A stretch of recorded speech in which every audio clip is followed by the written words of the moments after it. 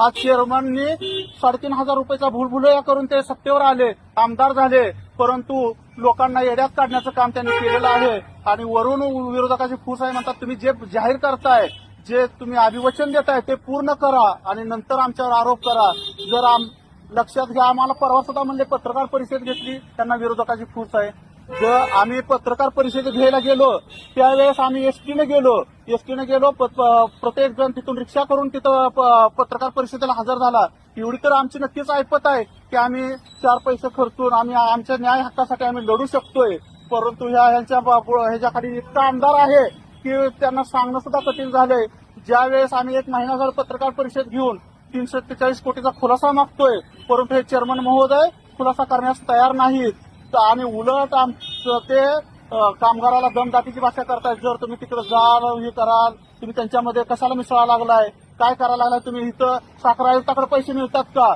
मग तुम्ही जर पैसे नाहीत म्हणजे आम्हाला उलट प्रश्न करता साखर आयुक्ताकडे जाऊन तुम्ही काय करणार आहात?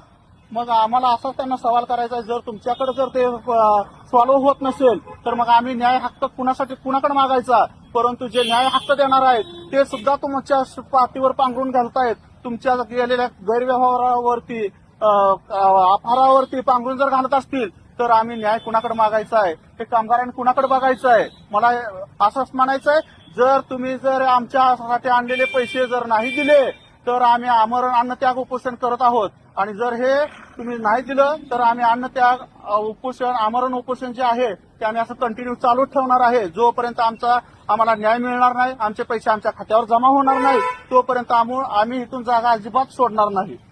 अभिजित पाटील तुम्हाला भेटले होते का? कामगारांना भेटले होते का? व्यापाऱ्यांना भेटले होते का? काय तुमचं बोलणं चालतंय का अभिजित पाटील? अभिजित पाटलांनी कामगारांना बोलवून घेतलं, 347 कोटी आलं म्हणून सांगितलं, अजून 80 कोटी येणार आहेत म्हणून सांगतायत. तर अजून 80 कोटी रुपयाचा त्यांना अजून अपहार करायचा राहिलाय का? मला असा त्यांना सवाल करायचा आहे.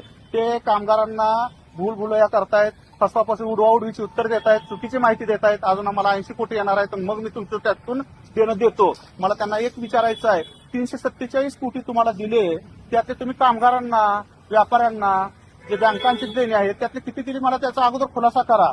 आणि उलट मला त्यांनी छातीठोकपणे सांगावं, तुमच्या पत्रकारासमोर येऊन सांगावं की मला या ठिकाणाहून 80 कोटी येणार आहेत. मी त्याचं सुद्धा ते जे सांगतायत ते कसं खोटं आहे ते सुद्धा मी तुम्हाला कागदोपत्री सगळं सिद्ध करून